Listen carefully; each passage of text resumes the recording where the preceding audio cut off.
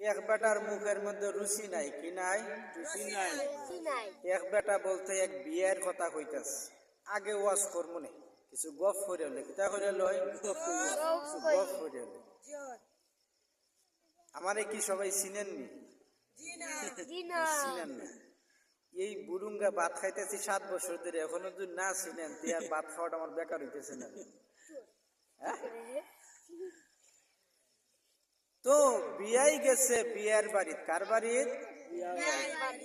বিয়াই বুঝেননি? বিয়াই আমার মা বুঝেন তো?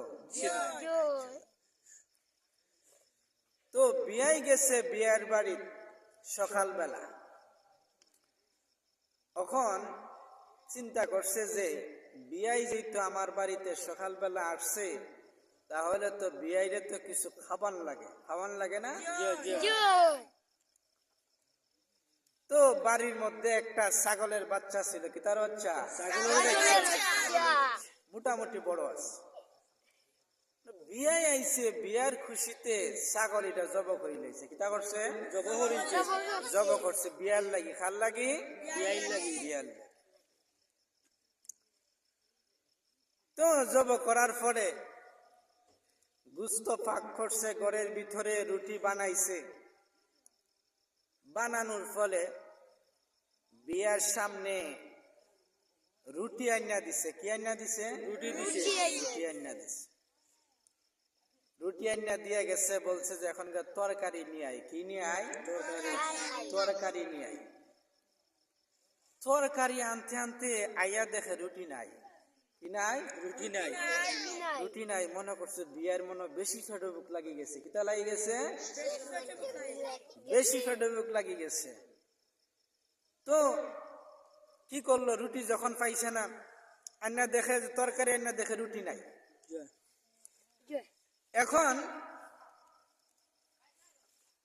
রুটি যখন তরকারি আন্না থয়ে গেছে, এখন বলছে যে তরকারি তোর এমনি খাওয়া যাইতো না, রুটি নিয়ে আয়। রুটি আনাত গেছে ঘরের ভিতরে, আইয়া দেখে তরকারি নাই। কি নাই?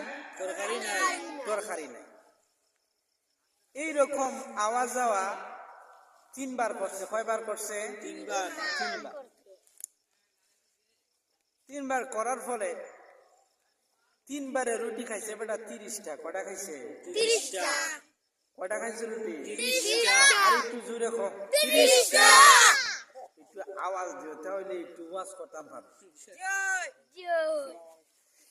আমিও মানুষ ছোট, আপনারাও মানুষ ছোট।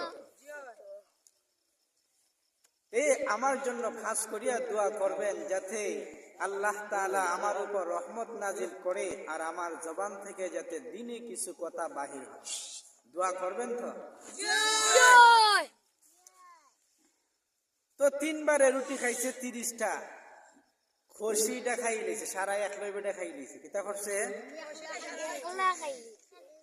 সারা খসি খাইয়ে ফেলেছে। এখন বলতেছে যে বিয়াই সকালবেলা আমার বাড়িতে কোন কারণে আইছিলে? আমার সকল কথা বুঝেন তো? তো বলতেছে যে আমার মুখের মধ্যে রুচি নাই। কি নাই? 30টা রুটি খাইছে, খসি খাইছে, একটা মুখও রুচি নাই। কথা বুঝেন না আমার? যে বেটা 30টা রুটি খাইতে পারে, খসি একটা খাইতে পারে, এই বেটার মুখে কি তার রুচি নাই? হ্যাঁ, দেখতাম আপনারা যখন ওয়াজ শুনতে আইছেন, দেখতাম কার কতটুকু রুচি আছে। এই রুচিগুলা শোনার জন্য, বুঝার জন্যই আমি এখানে বইছি। তে বলতেছে যে বিয়াই আমার বাড়িতে আইছিলেন গীতার লাগে। বিয়াই কথা কইেন না, আমার মুখের মধ্যে রুচি নাই। শুনছি অমুক গ্রামের মধ্যে একজন কবিরাজ আছে, ওই কবিরাজে বলে রুচির ওষুধ দে। কি তার ওষুধ দে? রুচির ওষুধ দে। এখন বিয়াই কইছে যে বালা কথা, যে রুচির ওষুধ নিয়ে আপনি আর আমার বাড়িতে আইয়েন না, হবাই দি যাইয়েন। কোন বাই দিন? হবাই দি যাইয়েন। কারণ যেই বেটার রুচি নাই, এই বেটা 30টা রুটি খাইতে পারে, খসি একটা খাইতে পারে, এই বেটার মুখে কি তার রুচি নাই? নি আর রুচির ওষুধ যদি আনে তো গরু ইয়াস্তা খাই লইব, কিতা খাই লইব? আপনারা রুচি আসেনি? আপনার রুচি আসেনি? যারা রুচি আছে একটু বইয়ে যান, বইলে এই কানের মধ্যে সব হইব, আমার বয়ান করতে একটু সুবিধা হইব। কিতা হইব? সুবিধা হইব।